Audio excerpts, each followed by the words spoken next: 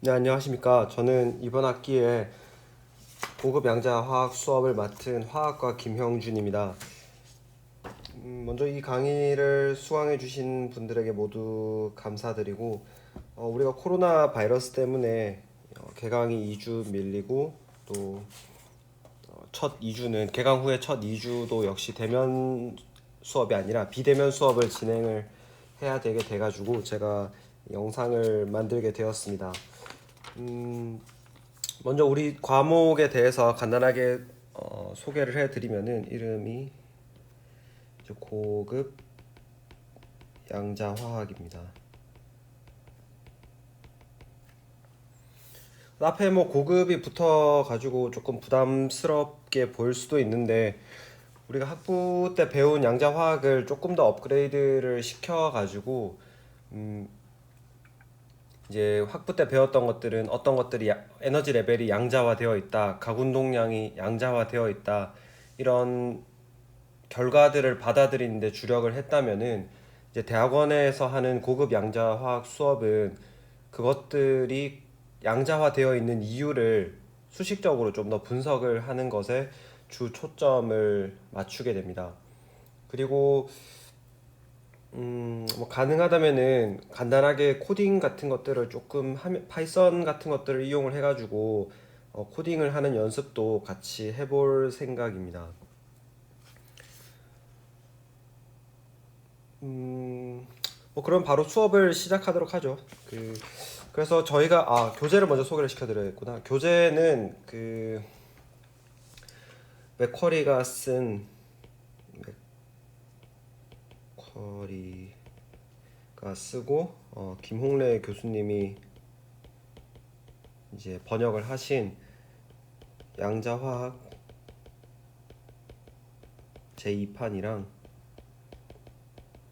요거를 먼저 진행을 할 거고요. 그 다음에 할 책은 우리나라에 번역이 되어 있지 않은 원서를 쓸 건데 이름 뭐죠? 저자 책을 쓴 사람은 자보라는 사람으로 책 이름은 모던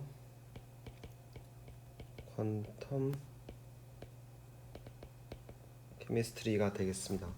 그래서 이게 아마 우리나라에 수입이 되기는 되는데 잘 못 본 것 같긴 하네요. 그래도 뭐 필요하신 분들은 아마존에서 주문을 하셔도 지금 책이 12불이고 배송료가 8불 정도니까 뭐 구매하실 분들은 같이 구매를 하셔도 되고 그리고 이런 모든 책들은 어둠의 경로를 잘 찾으면은 또 찾을 수도 있으니까 뭐 그런 거를 참고하셔도 될 것 같아요. 그래서 먼저 이제 맥쿼리가 쓴 책을 우리가 빠르게 훑어보고 여기에서 이제 조금 기본적인 것들을 다진 다음에 이제 자보 책으로 조금 더 현실적인 문제들, 조금 더 우리가 실제 계산학에서 쓰이는 그 문제들을 접근할 수 있는 이론들을 배워보도록 하겠습니다. 그래서 주 타겟은 이거라고 생각을 하시면 돼요. 자보 책을 배우기 위해서 맥쿼리 책을 공부를 한다라고 생각하시면 될 것 같습니다. 그러면 수업을 한번 진행을 해봅시다. 그래서 맥쿼리 책을 가지고 계신 분들은 한번 보시면은 총 12단원으로 되어 있고 챕터 1이 인트로덕션에 해당하는 쓰지 맙시다. 양자론의 태동, 그 다음에 2장이 고전적인 파동 방정식, 3장이 슈레딩거 방정식, 4장이 양자역학의 가설, 5장이 조화진동자, 6장이 강체회전자, 7장이 수소원자, 8장이 근사, 9장이 다전자, 10장, 11장이 화학결합, 그리고 마지막이 하트리폭 방법이 되겠습니다.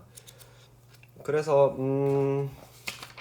일단 앞에 두 챕터는 우리가 뭐 정말 간단하게만 보고 넘어갈 거예요. 그래서 이거는 이제 그 양자 화학을 하기 위해서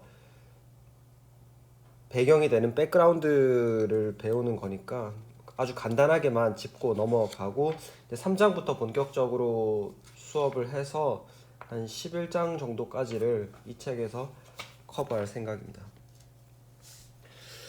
그러면 챕터 1 양자론의 태동을 한번 봐봅시다.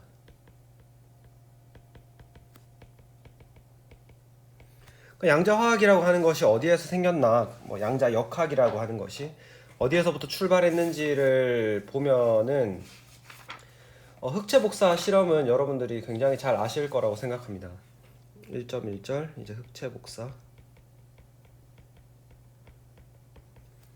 시커멓게 생긴 물체가 굉장히 높은 온도로 가열이 되면은 거기에서 복사선이 방출이 되는데, 이런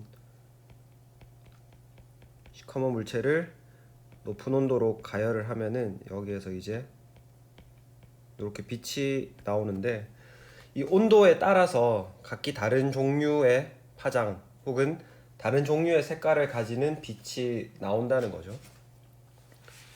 그래서 실험한 결과를 우리가 한번 살펴보면은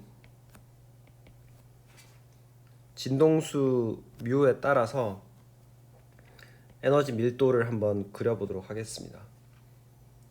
그려보면은 낮은 온도일 때는 요렇게, 높은 온도에 조금 더 온도를 높이면 요렇게, 조금 더 높이면은 요런 모양을 가지는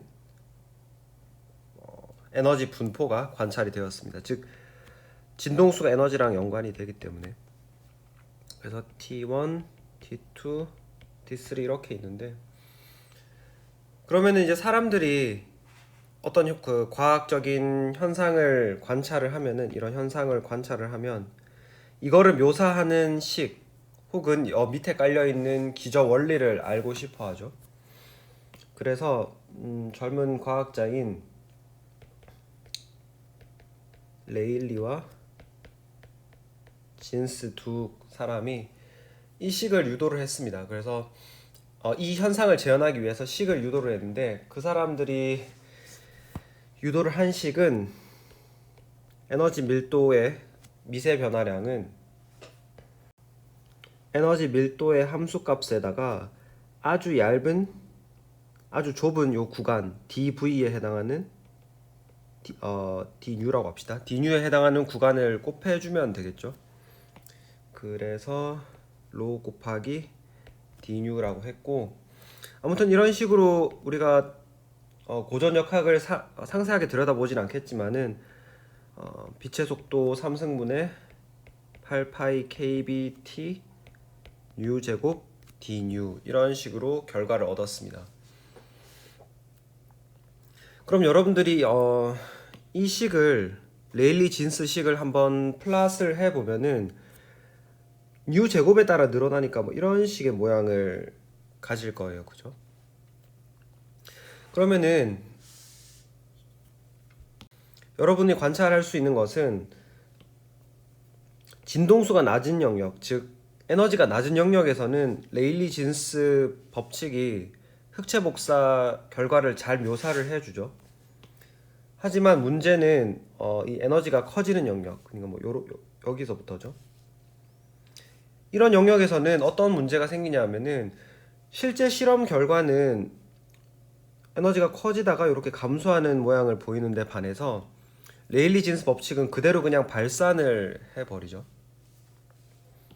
그래서 우리가 이것을 뭐라고, 이제 실제 실험 결과랑 너무 차이가 나는 이 결과를 UV 파탄, 자외선 파탄이라고 부릅니다.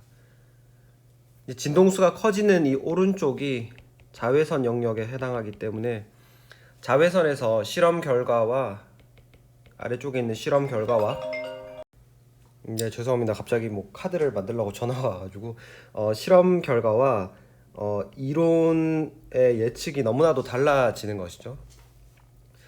그러면은 레일리 진스가 무엇을 잘못했느냐 하면은, 요거는 우리가 뒤에 가서 다음 페이지에서 다시 살펴보도록 하겠습니다. 그래서 1.2절은 이제 플랑크가 등장을 하는데, 플랑크는 본인의 직관을 어떻게 발현을 했냐 하면은, 이제 레일리 진스의 경우에는 어떤 식의 가정을 했었냐 하면은 이제 고전 이 사람들은 이제 클래시컬 미케닉스 고전 역학 시대에 살았던 사람들인데 어떤 에너지 레벨이 이렇게 쭉 있으면은 그 에너지 레벨은 연속적이고 그러니까 연속을 표현하기 위해서 그냥 이렇게 새까맣게 칠을 하겠습니다. 에너지 레벨이 이렇게 쭉 연속적으로 분포가 되어 있어서 뭐 어떤 에너지 총량 10을 주면은 그 10이 여기에 전체에 골고루 퍼져 있다라고 생각을 한 것이죠.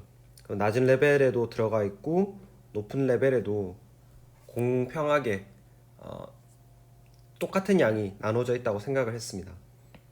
근데 이제 플랑크는 왠지는 모르겠지만 이 가정이 틀린 것 같다라고 생각을 했고, 플랑크의 가정은 에너지 레벨은 사실 이렇게 듬성듬성 잘려 있고 불연속적으로 되어 있으며, 이게 굉장히 중요한 말이 나오죠. 에너지 레벨이 불연속적이다. 이 불연속적이기 때문에 만약에 여기 에너지가 10이고 20, 30, 40이라고 했을 때 외부에서 총 10의 에너지가 들어오면은 여기만 활성화가 될 수 있다라고 생각을 한 거예요. 여기 위에는 20, 30, 40 더 큰 에너지가 필요하기 때문에 여기는 접근할 수 없다라고 생각을 한 거죠. 그래서 이것은 이제 플랑크가 어떤 실험 결과나 어떤 근거가 사실 있었던 것은 아니고 플랑크의 가정입니다. 그래서 플랑크가 생각을 한 것은 에너지는 진동수에 비례를 해야 되는데, 비례식을 우리가 쓸 때는 비례식을 등식으로 바꿀 때는 비례상수를 도입하면 되죠. 그 비례상수를 도입하면 h u라고 이렇게 쓸 수 있을 거라고 생각을 했고, 이제 더 나아가서 플랑크의 가정은 뭐였냐 하면은 여기에서 항상 이 에너지라고 하는 것은 요 한유 값의 정수 n을 정수라고 합니다. 이 정수배로만 나타난다라고 가정을 한 겁니다. 이런 식으로. 이렇게 하고 나니까 복잡한 유도 과정을 거쳐서 에너지 밀도의 미소 변화량은 앞에서랑 똑같이 밀도 곱하기 du로 표시할 수가 있고, 이 식을 우리가 그냥 한번 써보겠습니다. 그래서 C 3승분의 8파이 H 2에 HU 나누기 KBT 빼기 1분의 U 3승의 DU, 이런 식으로 얻을 수가 있었던 것이죠. 요 유도 과정이 궁금하신 분들은 제가 따로 머티리얼을 올려놓도록 하겠습니다. 그래서 이 러닝 시스템을 뭘 쓰려는 거야 지금? 이 러닝 시스템에 올려놓을 테니까 유도 과정을 한번 봐보시고, 이렇게까지 쓰고 나서 보니까 그럼 이 식이 얼마나 잘 맞는지를 한번 봐보면은, 이 식에서 보면은 지금 U가 등장하는 부분이 두 가지가 있죠. 위에 U 3승이 있고 아래쪽에 E의 한유 부분이 있죠. 그래서 이 식을 그래프를 그려보면은 엑셀 가지고 직접 그려보셔도 되고, 진동수 U에 따라서 에너지 밀도 로를 한번 그려보면은 낮은 진동수에서는 요 값의 영향이 미미하니까 우리가 U의 3승에 따라서 이렇게 모양이 바뀌게 됩니다. 그러다가 보면은 이제 점점 U가 커지면 커질수록 누구의 영향이 커지겠어요? 익스포넨셜하게 커지는 요 아래 분모의 기여도가 더 커지게 되겠죠. 그럼 어느샌가 요 증가세가 꺾여서 이런 식으로 내려오게 되는 겁니다. 그래서 왜인지는 모르지만은 플랑크의 요 가정, 에너지가 불연속적으로 되어 있다. 그래서 에너지는 항상 hnu의 정수배로만 등장한다는 가정을 도입을 했더니 실험 결과와 굉장히 잘 맞는 곡선을 우리가 그릴 수가 있었던 것입니다. 그래서 이제 사람들은 뭔지는 모르겠는데 에너지가 이렇게 불연속적으로 되어 있는 것 같다. 그래서 우리가 요 에너지 꾸러미 한유에 해당하는 것을 퀀타라고 부르고, 이제 한글로 하면 양자가 되는 거죠. 그래서 여기서 이제 이 단어에서 이제 뭐 퀀텀 케미스트리니 퀀텀 미케닉스니 하는 것들이 등장하게 되는 거죠. 그래서 여기에서 나오는 뭐 빈의 변이 법칙이나 슈테판 볼츠만 상수 같은 거 유도하는 것들은 쭈루룩 넘어가도록 하겠습니다. 그래서 이제 이 다음에 나오는 내용은 그 유명한 아인슈타인의 포토일렉트릭 이펙트입니다. 이제 아인슈타인이 노벨상을 받은 바로 그 업적이 되는 거죠. 그래서 아인슈타인이 관찰을 한 실험은 뭐였냐면은 금속 표면에 우리가 빛을 조사해 주면은 어떤 경우에 이렇게 전자가 빠져나오는 것을 관찰을 하였습니다. 우리가 고전역학 세계에서 생각을 해보면은 빛의 세기가 세지면, 그 색깔이랑은 다른 개념이에요. 우리가 빛을 생각을 해보면은 빛을 이렇게 파장으로 생각을 했을 때 빛의 요 파장의 길이 람다가 색깔을 결정하고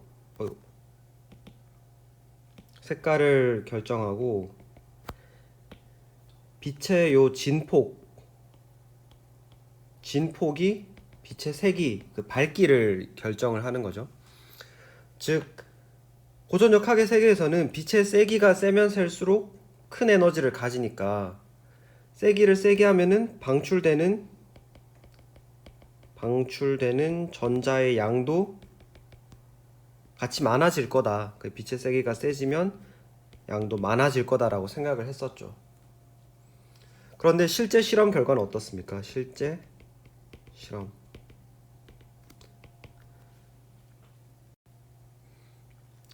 방출된 전자의 양은 빛의 세기와는 무관하다는 것이죠. 즉 뭐냐 하면은 어떤 파장을 가지는 빛은 어떤 빛은 아무리 세기를 세게 해도 전자가 방출되지 않는 것에 반해서 어떤 빛은 아무리 약한 세기를 줘도 전자가 방출이 된다는 거죠. 그래서 진동수가 작은 빛은 아무리 세게 조사해도 전자가 나오지 않는 것에 반해서 특정 진동수를 넘어간 그 진동수가 특정 진동수 U0보다 크기만 하면 빛이 아무리 약해도 빛의 세게 약해도 전자가 방출이 된다는 것이죠. 이 외에도 이제 아인슈타인이 관찰을 한 것들은 이것들이 빛의 성질보다는 입자의 성질을 더 많이 가지고 있다라는 생각을 합니다. 위에 있는 이 실험 결과를 어떤 식으로 해석을 했냐 하면은 전자가 여기 있을 때 우리가 빛을 파동이라고 생각하지 않고 어떤 에너지 한유를 가지는 플랑크가 이야기한 대로 이런 한유를 가지는 입자가 와서 전자를 때리면 이 에너지를 가지고 전자가 이동해 나가는 그런 모형을 생각을 하는 것이죠. 그러면은 에너지 보존 법칙에 따라서 충돌하기 전에는 요 입자, 그러니까 이제 빛의 입자니까 우리가 이것을 광자라고 부르죠. 광자가 가지고 있던 에너지 한유가 전부인데 얘가 전자가 금속에 속해 있기 때문에 얘를 금속에서 탈출을 시켜야겠죠. 먼저. 그래서 탈출을 시키는데 필요한 에너지를 우리가 일함수 대문자 파이라고 쓸 수가 있고, 그 다음에 얘가 전자가 빠져나오고 나서 운동을 하게 되니까 거기에 해당하는 운동 에너지 2분의 1 m v 제곱이 있게 되겠죠. 이런 식으로 쓸 수 있다고 생각을 한 겁니다. 그래서 여기 이제 1함수가, 그래서 금속이 전자를 붙들고 있는 힘이 되겠죠. 그래서 아인슈타인이 생각을 한 것은 1함수를 이쪽은 에너지니까 우리가 하, u 어떤 제로 값을 가진다고 이야기할 수가 있고, 그래서 u0에 대해서 u에 대해서 우리가 운동 에너지, 키네틱 에너지를 한번 그려보면은 이 특정 1함수 u0에 도달하기 할 때까지는 전자가 방출이 되지 않는 거예요. 왜냐하면은 이 1함수보다 어쨌든 큰 에너지가 들어와야지 전자를 떼어낼 수 있으니까, 그때까지는 에너지가 키네틱 에너지가 0이다가 여기에서부터는 이렇게 선형으로 증가하는 것을 관찰을 한 것이죠. 그러면 이제 뭐 아인슈타인이 제안한 요 그림, 이 입자에 기반한 그림이 상당 부분 설득력을 가지게 되는 거죠. 그죠? 그래서 이 실험은 이제 최초로 빛이 파동성을 가지고 있다고 믿었던 빛이 입자성도 가지고 있구나라는 것을 보여준 실험이고, 그것을 해석한 결과가 되겠습니다. 그래서 이제 1.4절로 넘어가면은, 그래서 1.4절은 뭐 결정 내에 진동이 양자화되어 있다라는 듀롱 페티트 실험 결과인데, 요거는 일단은 스킵을 하도록 하겠습니다. 우리는 이제 조금 몰레큘에 혹은 원자나 분자에 더 관심이 있기 때문에 그 고체, 솔리드는 조금 스킵을 하도록 하겠습니다. 그러면 1.5절과 1.6절은 수소 원자에 관한 것인데, 수소 원자에 우리가 방출 스펙트럼을 관찰해 보면 아마 일반학 시간에 해보셨을 것 같아요. 해보시면은 파장 람다에 따라서 이렇게 이쪽으로 갈수록 파장이 커지는 쪽으로 배열을 해보면, 작은 값에서 나타나다가 큰 값으로 그러니까 큰 값에서 보이다가 듬성하게 이렇게 나타나다가 작은 값에 오면은, 즉 고에너지 영역에 오면 이런 식으로 조밀하게 되는 걸 볼 수가 있죠. 아무튼 수소 원자의 스펙트럼의 가장 큰 특징은 불연속적이라는 거죠. 우리가 무지개의 스펙트럼을 찍어보면은 그러니까 태양의 스펙트럼을 찍어보면 연속적인 그 스펙트럼으로 얻어지는 것에 반해서 수소 원자의 스펙트럼은 이런 식으로 불연속적으로 나타나는 선 스펙트럼입니다. 즉 이게 의미하는 이 선 스펙트럼이 의미해주는 바가 뭐냐 하면은, 수소 원자에 존재할 수 있는 원자의 에너지 준위들이 이렇게 불연속적으로 되어 있다는 거죠. 그래서 이 가장 낮은 에너지에 해당하는 것이 바로 가장 요 에너지 준위들 사이에서 가장 짧은 거리, 빨간색이 되겠고, 뭐 그 다음 색깔은 뭐 녹색, 그래서 요게 아마 요게 될 거고, 뭐 이런 식으로 우리가 매칭을 시킬 수가 있는 거죠. 그래서 요 에너지 나타나는 요 숫자들, 요 나타나는 파장 숫자들 있잖아요. 뭐 람다, 검은색으로 씁시다. 람다 1, 람다 2, 람다 3 쭈루룩 이렇게 있을 텐데, 이거를 이제 묘사를 하기 위해서 많은 사람들이 노력을 하였는데, 이제 라이만이라던가 발머, 아마 이런 이름은 중학교 때 다들 들어보셨을 거예요, 그죠? 그래서 이런 식으로 여러 사람들이 정확한 물리적 이유는 모르지만 수식을 유도를 할 수는 있었어요. 그래서 발머가 유도한 식을 보면은 뉴바라고 하는, 이제 파수라고 부르는 거죠, 우리가. 분광학에서는 이 파수를 더 많이 쓰기 때문에 이거는 C분의 이제 진동수 N로 정의가 되는 값이고, 쉽게 말해서 이제 파장분의 1의 값인데, 발모가 유도한 식은 109,680 2의 제곱분의 1 빼기 n의 제곱분의 1이다. 이때 n은 3, 4, 5와 같은 정수다라고 하고 발머식을 유도를 한 것이죠. 그래서 라이만은 이게 이제 앞에 숫자가 1일 때, 뭐 파시에는 3일 때 이런 식으로 유도를 하는 것인데, 이게 의미하는 거는 다들 아실 거예요. 그래서 n번째 에너지 준위에 있던 전자가 두 번째로 전이 될 때를 의미를 하는 식이죠. 그래서 1.6절에서는 이제 리드버그가 등장을 하는데, 리드버그는 이 라이만, 발머, 파시엔이 만든 식을 일반화를 시켜가지고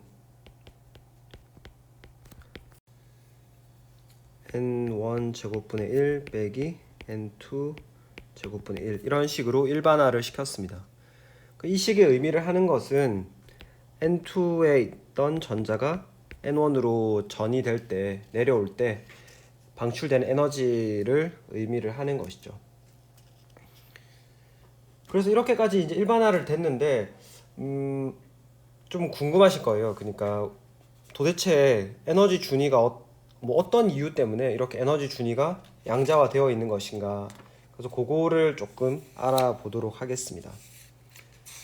그것은 이제 1.7절로 넘어가도록 합시다. 1.7절 이제 각 운동량이 등장을 하는데,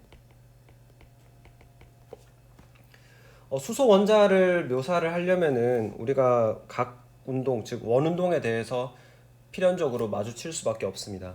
원자 핵이 이렇게 가운데 있고 전자가 이 주변을 이렇게 돌게 되잖아요. 뭐 돌고 있다라고 우리가 생각을 할 수 있죠. 왜냐하면 이 당시에 러더포드의 실험 결과 알파 입자 산란 실험에 따라서 원자 핵이 이렇게 가운데에 몰려 있다라는 것을 알고 있었기 때문에, 러더포드의 행성 모형에 따르면 수소 원자는 이런 식으로 나타낼 수가 있는 거죠. 그래서 이거를 가지고 묘사를 하려면은 우리가 하나의 입자가 어떤 가운데를 중심으로 두고 이렇게 회전을 하는 요 모양을 우리가 묘사를 할 수 있어야 되죠, 그죠? 요거를 묘사를 하려면은 이제 우리가 기존에 알고 있던 선형 운동에 대해서 알고 있던 것을, 직선 운동을 회전 운동에 대해서도 묘사를 할 수 있어야 됩니다. 그래서 뉴 롯이라고 하는 것을 이제 뉴 로테이션의 약자인데, 이게 이제 회전 진동수가 됩니다. 즉 1초에 몇 번 회전하는지를 보여주는 것이고, 그러면 우리가 이것을 일반 속도 v로 가져가면, 이제 v랑 u가 조금 헷갈리실 텐데, u는 약간 이런 식으로 뾰족하게 쓸 거고 v는 약간 이렇게 뭉뚱그려서 쓰도록 하겠습니다. 그러면은 이 회전 진동수가 1초에 초당 몇 번 회전하는가, 초당 사이클이 되니까, 그러면 우리가 이것을 속도로 바꾸려면은 한 사이클이 길이가 얼마나 되는지를 표현해야 되니까 원의 둘레가 되겠죠. 이거 곱하기 뉴 롯이 될 거고, 우리가 요 2파이와 뉴 롯을 묶어서 각 속도 오메가라고 정의를 할 수 있죠. 그래서 r 곱하기 오메가로 정의를 할 수 있습니다. 그래서 선형에서의 속도 뉴는 회전 운동에서의 속도 오메가로 바뀔 수가 있는 것이죠. 그러면은 봅시다. 회전하고 있는 입자의 운동 에너지 T를 묘사를 하고 싶으면은 이것은 2분의 1 mv 제곱이겠죠. 근데 우리가 위에 보면은 회전 운동에 대해서는 속도 v는 R 곱하기 오메가로 쓸 수 있으니까 2분의 1 m r 오메가 제곱이라고 쓸 수 있고, 이거를 전개하면은 2분의 1 m r 제곱 오메가 제곱이라고 쓸 수 있죠. 그 후에 요 mr 제곱 부분을 이너샤라고 부르는 값으로 표현을 해주게 되면은 결국 회전 운동의 운동 에너지는 2분의 1 I 오메가 제곱으로 간단하게 표현이 될 수가 있습니다. 즉 이게 선형 운동에서의 2분의 1 mv 제곱이랑 상당히 유사한 구조를 가지고 있죠, 그죠? 그래서 선형 운동에서의 질량은 회전 운동의 이너샤로 바뀌게 되는 것이고,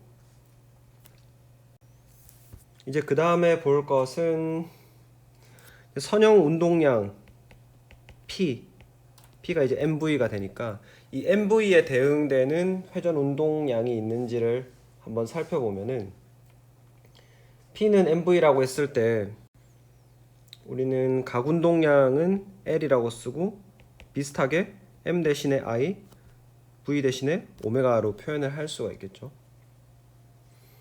그러면은 이 값들을 회전 운동에서의 표현된 물리량들을 직선 운동으로 한번 바꿔보면은 I라고 하는 것이 mr 제곱이었고 mr 제곱, 그리고 오메가라고 표현된 부분이 R분의 V잖아요. 그럼 이렇게 했을 때 각 운동량은 MVR로 표현될 수가 있다는 것이죠. 그래서 선형 운동에서의 P가 선형 운동량이 MV라고 주어진다면 회전 운동에서의 앵귤러 모멘텀 L, 회전 운동량은 I 오메가로 주어질 수 있고, 이 값은 선형 운동에서의 MVR과 같은 값을 가진다라는 것입니다. 정리가 대충 되시죠? 그럼 요런 기본 아이디어들을 가지고 보어의 수소 원자 모델을 한번 봐보도록 합시다. 1.8절인데 보어의 H 애톰 모델 한번 봐보도록 합시다.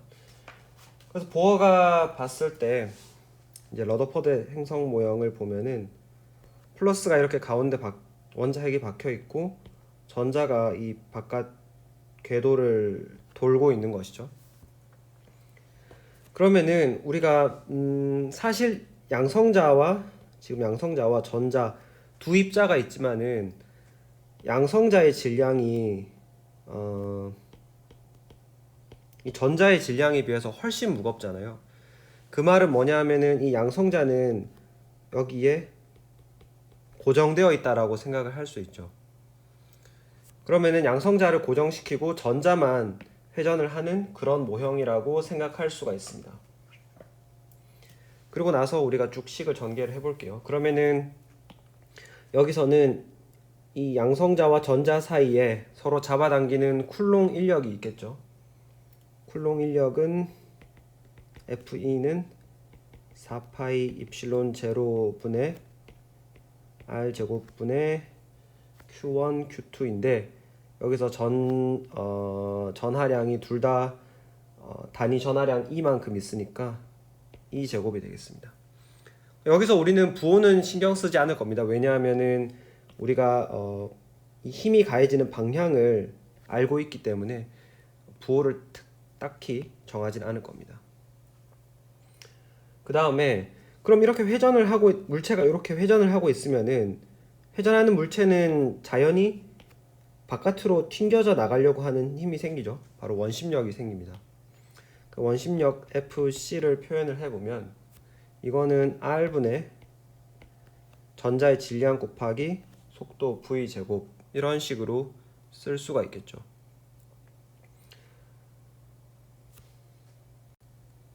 그리고 나서 이제 보어는 어떤 가정을 도입을 하는데요. 보어의 가정. 첫 번째는 일정한 전자가 회전하는 일정한 궤도 오빗이 있다라고 하는 겁니다. 전자는 이 정해진 오빗만 회전할 수 있고 다른 곳으로는 나갈 수가 없다라고 하는 것이죠. 그죠? 그러면은 반드시 요 가정에 의해서 안으로 빨려 들어가려고 하는 힘이랑 정전기적인 인력이랑 밖으로 튕겨져 나가려고 하는 원심력이 같은 값을 가져야겠죠. 그죠?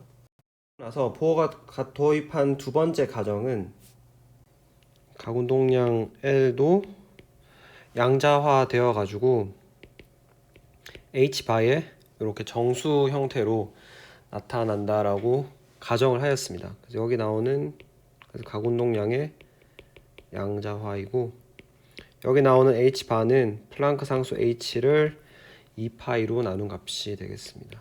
얘는 이런 양의 정수가 되겠죠. 그래서 요거를 가지고 우리가 수소 원자가 가질 수 있는 허용된 반지름 R과 에너지 값을 한번 유도를 해볼 텐데요. 유도하는 식은 사실 어렵진 않습니다. 다시 요 식으로 돌아와서 등식이 성립하니까 요거를 그대로 써보면은 4파 입실론 제로 R 제곱분의 E 제곱이 R분의 2를 빼도록 합시다. 그냥 어차피 지금 전자만 등장하니까 R분의 MV 제곱으로 쓸 수가 있고 식을 조금 정리를 하면은 4파이 입실론 제로 R 제곱을 양변에 곱한 거죠. 그럼 MV 제곱 R이 되고 여기서 이제 속도 V를 측정한다는 것이 굉장히 어려우니까 이거를 이제 소거를 시켜주기 위해서 보어의 두 번째 가정 MVR은 NH바로 양자화 되어 있다라는 조건을 써서 그러면은 MVR은 NH바니까 B 대신에 MR분의 NH바 제곱을 넣어주면 정리를 하면 결국 MR분의 N제곱 H바 제곱 이렇게 되겠죠. 이렇게 쓰고 나서 보면은 이제 우리가 전부 아는 상수들이죠. 4파 입실론 제로 다 아는 상수 전하량 E 알고 전자의 질량 알고 H바 알고 그 다음에 N은 양자화 상수니까 그럼 R에 대해서 우리가 정리를 해보면 R 이꼴 M E 제곱분의 4파이 입실론 제로 H바 제곱 N 제곱 요렇게 되는 거죠. 그죠? N은 1, 2 이렇게 해서 보면은 어떤 상수 곱하기 n 제곱으로 반지름이 항상 정해져 있다라는 것을 알 수가 있죠. 그래서 보어의 수소 원자 모형에서는 항상 그 전자는 정해진 궤도만을 돌 수가 있다라는 것이죠. 그래서 이 값을 계산을 해 보면은 그래서 우리가 이걸 상수를 A0라고 두고 이제 흔히 보어의 궤도 반지름이라고 상수를 부릅니다. 그 AN 제곱이라고 쓸 수가 있고 이 A 값은 0.529 앵스트롬으로 수소 원자의 가장 작은 반지름이 되겠죠. 그죠? N을 1 넣었을 때 값이랑 똑같으니까 N을 1 넣었을 때 수소 원자의 반지름이랑 똑같으니까 그러면은 이제 두 번째는 뭐를 해볼 거냐 하면은 이 전자의 에너지를 한번 계산해 보겠습니다. 요 두 가지 가정에서부터 에너지도 양자화되어 있다는 것을 유도를 해볼 텐데 에너지는 운동 에너지 더하기 포텐셜 에너지로 항상 주어지고 운동 에너지는 2분의 1 mv 제곱으로 항상 쓸 수가 있고 지금 포텐셜 에너지는 플러스와 마이너스 사이에 정전기적인 인력이니까 플러스 4파이 입실론 제로 R분의 마이너스 2 곱하기 플러스 2 이렇게 되겠죠. 전자의 전하량이랑 양성자의 전하량 이렇게 하면은 2분의 1 mv 제곱 빼기 4파이 입실론 제로 r분의 2 제곱으로 쓸 수가 있고, 요 mv 역시 항상 속도가 나오면 조금 문제예요, 그죠? 이 mv 제곱을 없애기 위해서 우리가 어떤 식을 쓸 수 있냐면 바로 요 왼쪽에 있는 요 식을 쓸 수가 있죠. 여기서 mv 제곱이 있죠. mv 제곱을 쓰면 2분의 1 4파이 입실론 제로 r분의 2제곱 빼기 4파이 입실론 제로 r 2제곱 이렇게 돼서 결국에는 해보면은 마이너스 8파이 입실론 제로 r분의 2제곱으로 유도를 할 수가 있고, 그 다음에 r 값이 뭔지 모르니까 이 r 값을 여기 있는 요 식을 이용을 해가지고 대입을 하면 되겠죠. 저 값을 그대로 넣어도 되는데 복잡하니까 요 a0 식을 쓰면은 그대로 쓸까요? 그대로 쓰면은 32파이 파이 제곱 안 되겠다. 이거 쓰면서 합시다. 네, 이거 제가 이거 뭐 암산하려고 했는데 이거 할 수가 없네. 8파이 입실론 제로 제곱분의 r은 m2 제곱분의 4파이 입실론 제로 h바 제곱분의 1 n 제곱이라고 되니까 이거를 정리하면은 마이너스 32파이 제곱 21론 제로 제곱 h바 제곱 m분의 m 곱하기 2의 4제곱 곱하기 n 제곱분의 1. 그래서 이 앞에 나오는 것들이 모조리 어떤 상수잖아요. 상수. 상수고, 놀라운 것은 에너지도 역시 n제곱분의 1에 대해서 양자화 되어 있다라는 것을 우리가 유도를 할 수 있죠. 그럼 여기서 나오는 에너지가 이 음수 값이라는 거는 뭐냐? 에너지가 어떻게 음수가 될 수 있냐라고 생각하실 수가 있는데, 여기서 말하는 마이너스는 서로 플러스랑 마이너스가 속박되어 있는 더 안정한 상태라고 이해를 하시면 되겠습니다. 그래서 뭐 여러분들이 이제 요 식을 가지고 앞에서 봤던 리드버그 식 있잖아요. 뭐 N2에서 N1으로 전이할 때 에너지 차이 계산하는 거, 그 식도 여기 에너지에서부터 유도할 수가 있는 것이죠.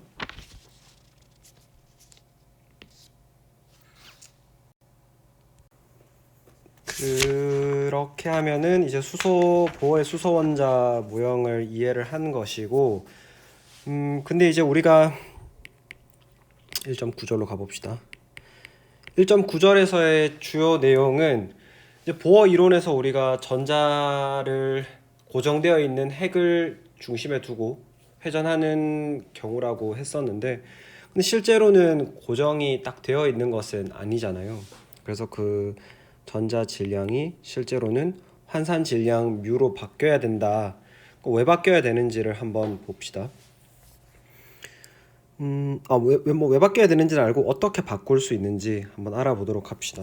그래서 우리가 어떤 두 강체가, 그러니까 결합 길이가 변하지 않는 두 강체가 이렇게 회전을 한다라고 하면은, 만약에 두 개의 무게가 똑같다라고 하면은 무게 중심이 여기 있을 것이고, 그죠? 근데 우리가 꼭 무게가 같다고 가정할 필요는 없으니까, 그냥 뭐 무게가 질량이 한쪽이 M1이라고 하고 한쪽이 M2라고 하면은 질량 비율에 따라서 이렇게 무게 중심이 정해지겠죠. 센터 오브 매스 이런 식으로 정해질 텐데, 그렇게 했을 때 이 전체 거리를 R이라고 하고, M1과 가까운 쪽을 R1 그리고 M2랑 가까운 쪽을 R2라고 해봅시다. 그럼 우리가 한 가지 알고 있는 것은 무게중심에서 봤을 때 M1 곱하기 R1은 M2 곱하기 R2랑 같다는 것을 알고 있고, 또 한 가지 당연한 사실은 전체 거리 R은 R1 더하기 R2로 주어진다는 것도 알고 있습니다. 그러면은 우리가 이 두 식을 조합을 하면은 R1이라고 하는 것은 M1 더하기 M2분의 M2 오늘 말이랑 손이 따로 노네. M2 곱하기 R로 나타난다는 것을 알 수가 있고, R2의 경우에는 M1 더하기 M2분의 M1 곱하기 R로 나타난다는 것을 알 수가 있습니다. 요까지 정리를 해놓고 그 다음에는 이제 운동 에너지를 한번 봐볼 텐데, 이 시스템의 운동 에너지는 각 강체, 각 요 원자 혹은 입자의 운동 에너지로 생각하면 되니까 2분의 1 M1 V1 제곱 더하기 2분의 1 M2 V2 제곱으로 쓸 수가 있을 것이고, 근데 우리가 지금 회전 운동을 다루고 있으니까 이 각속도로 바꿔주면은 V1은 R1 오메가가 될 거고 V2는 R2 오메가가 되겠죠. 여기서 오메가는 같은 값이에요, 그죠? 이 두 개의 강체가 센터 오브 매스를 중심으로 회전을 하면은 같은 속도로 돌잖아요. 그래가지고 요거를 이용해서 식을 조금 더 써보면은 2분의 1 M1 R1 제곱 오메가 제곱 더하기 2분의 1 M2 R2 제곱 오메가 제곱 이렇게 되겠죠. 그러면은 오메가 제곱이랑 2분의 1이 똑같이 있으니까 빼내면 M1 R1 제곱 더하기 M2 R2 제곱 오메가 제곱 이렇게까지 정리가 되고, 앞에서 봤었죠. 요거는 회전 운동의 이너샤 I랑 같은 값이 됩니다. 그러면 여기 이제 I를 조금 더 써보면 I는 M1 R1 제곱 더하기 M2 R2 제곱인데, 우리가 여기 위에서 구한 식 있죠, 요 식, 별표 친 식을 이용을 해가지고 R1을 이렇게 표현하고 R2를 요 값을 넣고 표현해 줌으로써 R1, R2를 없애고 질량과 전체 거리 R만 가지고 한번 표현을 해 보면은 뭐 조금 네, 뭔가 정말 잘못됐네요. 네, 이렇게 값을 대입을 해주면은 M1 더하기 M2분의 M1 M2 곱하기 전체 R의 제곱 이런 식으로 나타낼 수가 있는 거죠. 그래서 우리가 이렇게 표현됐을 때 지금 이너샤를 정의를 할 때는 두 개의 강체를 가정을 하고 있잖아요. 근데 우리가 이것을 어떤 하나의 질량으로 받아들인다면은 질량 단위를 가지죠. 왜냐 위에가 질량 곱하기 질량이고 아래가 나누기 질량이니까 단위가 질량이라서 이것도 일종의 질량으로 생각할 수 있다면 뮤, 뭐 이제 이거를 환산 질량 뮤라고 하는데, 이 환산 질량 뮤를 설정하면 편하게 되는 게 뭐냐 하면은 이 위에 있는 투바디 프로블럼, 그러니까 두 개의 강체가 있는 문제가 하나가 고정되고 여기에 환산 질량 뮤가 달려 있는 요 입자가 여기 센터 오브 매스를 중심으로 회전을 하는 그런 문제로 바뀌게 됩니다. 문제가 훨씬 풀기가 편해지고 직관적으로 이해하기도 편해지는 거죠. 그래서 우리가 앞에서는 이 거를 무시하고, 그러니까 사실은 원자 핵과 전자가 회전하는 이런 시스템이었는데 얘를 그냥 임의로 고정을 시켜버렸었잖아요. 그죠? 근데 실제로 만약에 우리가 이거를 아주 정확하게 알고 싶다고 하면은 원자 핵의 질량 MP와 그 다음에 전자의 질량 ME를 가지고 환산 질량을 계산을 해보면 됩니다. 그래서 환산 질량 뮤분의 1은 M1 그 역수의 평균으로 정의가 되기 때문에 요거를 가지고 풀면은 바로 앞 슬라이드에서 정리한 모든 식 질량을 뮤로 바꾸면은 조금 더 정확한 값을 얻을 수가 있겠죠. 요거는 우리가 굳이 다시 해보지는 않을 것이고 다음 절로 넘어갑시다. 그럼 이제 1.10절은 이제 드브로이의 물질파를 한번 봐보겠습니다. 이 앞에서 우리는 아인슈타인이 포토일렉트릭 이펙트를 이 실험에서 우리가 우리가 이전에는 웨이브라고 생각했던 빛이 입자 혹은 물질의 성질, 파티클의 캐릭터를 가지고 있다라는 것을 보였었죠. 그러면은 빛이라고 하는 것은 웨이브의 성질도 가지고 있고 파티클의 성질도 가지고 있는 어떤 이런 이중성을 띠는 물질이 됩니다. 그러면은 드브로이는 이제 박사학위 과정을 하는 동안 어떤 생각을 했었냐 하면은 이 빛이라고 하는 게 웨이브인 줄 알았는데 파티클의 성질을 가진다면 우리가 우리가 파티클이라고 생각했던 어떤 입자들도 빛의 성질을 가질 수 있지 않을까라는 생각을 한 것이죠. 그러니까 이게 좀 이상하다고 생각을 할 수도 있지만은 굉장히 직관적으로 굉장히 담대한 직관이고 굉장히 통찰력이 있는 것이죠.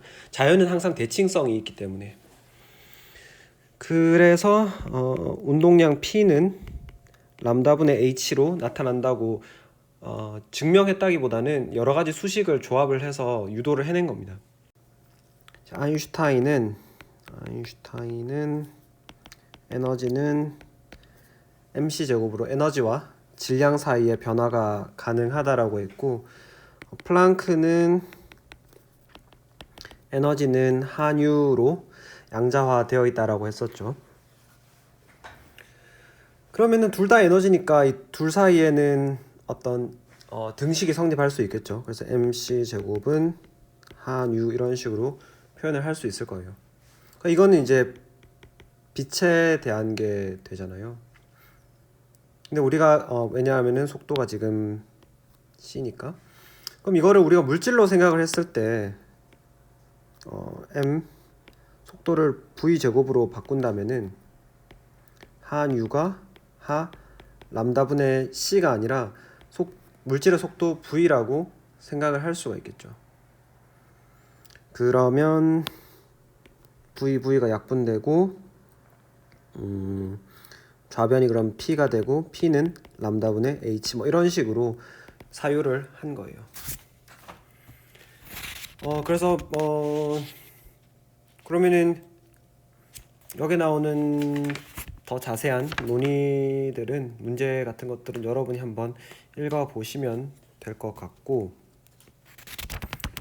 우리는 이제 1.11절로 가봅시다. 그래서 1.11절로 가면은 드브로이의 이 물질파가 보어의 가정에 어떤 물리적인 백그라운드를 제공을 해주는 것입니다. 한번 보면은 이제 보어가 가정을 했던 것이 무엇이냐 하면은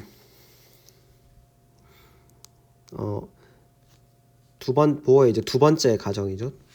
책이랑은 조금 다른데 제가 노트를 조금 잘못 써가지고 그 내용은 똑같아요. 보어의 두 번째 가정이 뭐였냐면 각운동량 L은 mvr이고 n h바로 양자화되어 있다라고 하는 것이었잖아요. 드브로이의 이런 물질파, 드브로이가 어떻게 보면 찾아낸 것이죠. 원래 당연히 자연에 존재했던 건데 드브로이의 사유를 통해서 세상에 드러난 이 물질파를 가지고 어떻게 연관을 시켜줄 수 있냐 하면은 원자핵을 가운데 두고 전자가 이렇게 회전을 하면은 전자가 파티클, 입자이지만은 어떤 파장이 있을 거 아니에요. 물질파. 그럼 파장이 있다라고 하는 것은 이 전자가 여기 주변을 회전함에 따라서 어떤 파형을 이렇게 만들어낼 테고, 그 파형이 전자가 소멸되지 않으려면은 안정적인 형태를 가지고 있어야 되겠죠. 여기서 안정적이라고 하는 것은 무슨 말이냐 하면은 이 처음 출발했을 때 지점과 끝이 이렇게 조화를 이루어야 된다는 거죠. 그러니까 조화롭다는 말은 무엇이냐 하면은 다른 한 번 더 그림을 그리면 정상파를 형성을 한다는 거예요. 정상파. 이제 영어로는 스탠딩 웨이브. 즉 기타 칠 때 양쪽 끝이 이렇게 물려 있을 때 위아래로 왔다 갔다 하는 이런 형태를 정상파라고 부르는데, 만약 여기서 이렇게 출발을 하는 게 그림 좀 많이 이상하네요. 네, 아무튼 뭐 이런 식으로 와서 이렇게 만나 버리면은 얘는 계속 진행을 하면은 이런 식으로 두 번째 서클을 만들 거 아니에요? 두 번째 사이클을. 이러면은 이 파장이 서로 위상이 맞지 않죠. 위상이 맞지 않다는 거는 언젠가는 얘네들이 점점 소멸을 해가는 형태를 띠게 된다는 거예요. 무슨 말인지 아시겠죠? 그래서 이런 식으로 항상 조화를 이루어야 되고, 이 조화를 이룬다는 거를 우리가 수식적으로 표현을 해보면은 요 2파이R 안에 원주 둘레 안에 파장이 항상 정수계만큼 들어가야 되는 거예요. 한 개, 두 개, 세 개, 네 개. 그래서 이거를 수식으로 쓰면 2파이R이 항상 n 람다랑 같아야 된다라고 우리가 쓸 수 있는 거죠. 그리고 우리가 또 알고 있는 것은 운동량 P는 물질팝의 운동량 P는 람다분의 H라고 쓸 수가 있죠. 그리고 또 운동량 L이라고 하는 것은 MVR로 쓸 수 있다는 것은 약속이 되어 있는 거잖아요. 그래서 여기에다가 우리가 알고 있는 드브로이가 발견해낸 요 두 가지 지식을 여기에다가 한번 잘 집어넣어 보면 MV 대신에 MV가 P랑 똑같으니까 람다분의 H라고 쓸 수가 있는 것이고, 그 다음에 뒤에 나오는 R 부분, 여기에는 위의 식에서 2파이분의 N 람다라고 쓸 수 있겠죠. 그러면은 람다 사라지고 H 나누기 2파이가 H바라고 했으니까 이게 N H바라고 하는 식으로 자연스럽게 유도가 되는 거죠. 그냥 보어가 가정했던 거랑 정확하게 똑같은 결과죠. 그래서 우리가 보어의 두 번째 가정, 각운동량이 양자화되어 있다. 각운동량의 양자화라고 하는 것은 드브로글리의 물질파로 설명을 할 수가 있는 부분이었던 겁니다. 아시겠죠? 그리고 이제 1.12절은 우리가 뭐 실험적으로 드브로이의 물질파를 관찰을 한 것이에요. 그래서 알루미늄 방막에다가 물질파의 실험적 관찰, 물질파죠. 그래서 지금 계속 이야기를 하는 게 빛의 이중성, 그 다음에 빛이 이중성이 있다면은 다른 물질들도 이중성이 있을 수 있다라는 것이니까, 그래서 어떤 실험을 했냐 하면은 알루미늄 얇은 방막에다가 우리가 X선을 조사를 해줬어요. 엑스레이는 빛의 한 종류니까 웨이브라고 생각할 수 있죠. 그 웨이브를 이렇게 해줬더니 요 뒤에다 이런 디프렉션, 회절 무늬가 생겼고, 이런 회절 무늬가 그 보강 간섭, 상쇄 간섭이 그 연달아 나타나는 이런 것들을 우리가 빛의 성질, 웨이브의 성질이라고 부르는데, 그 웨이브라고 알았던 놈을 했더니 웨이브의 성질이 나타난 거예요. 근데 이제 놀라운 거는 전자를 우리가 똑같이 여기 알루미늄 방방에다가 쏘아봤더니 거의 굉장히 유사한 패턴이 나타난 거죠. 그 말은 입자라고 생각했던 전자가 웨이브의 성질을 나타내는 거죠. 있죠. 그래서 그런 물질파의 존재를 우리가 확인을 한 것이고 1.13절이 이제 또 입자파동 이중성을 보여주는 또 다른 실험인데 우리는 이 부분은 그냥 스킵을 하도록 하겠습니다.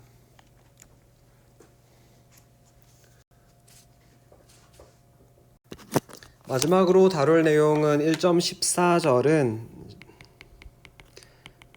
하이젠버그의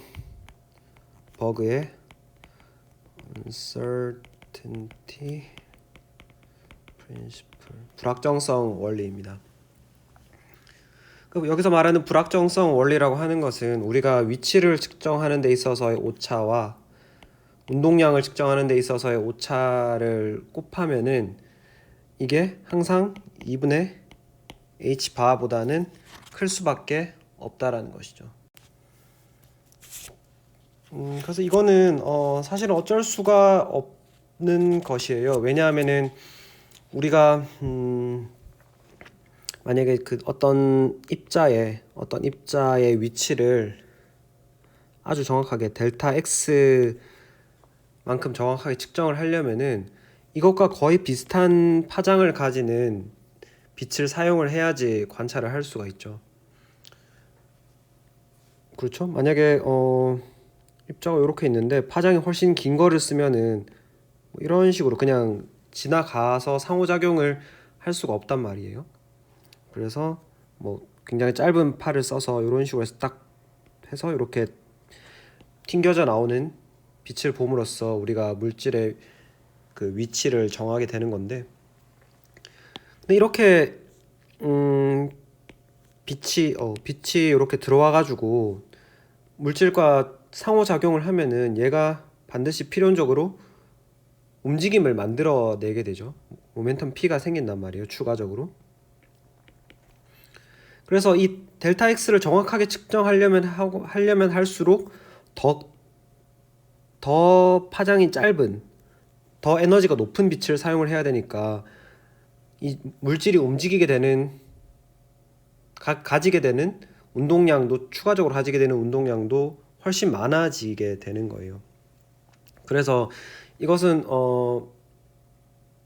전자와 같이 아주 작은 물질에 대해서는 우리가 측정 방법이 아무리 높아진다고 하더라도 전자라는 놈 자체가 워낙 작고 쉽게 움직여지기 때문에 어떻게 할 수가 없는 하나의 그냥 기본 원리가 되는 거죠.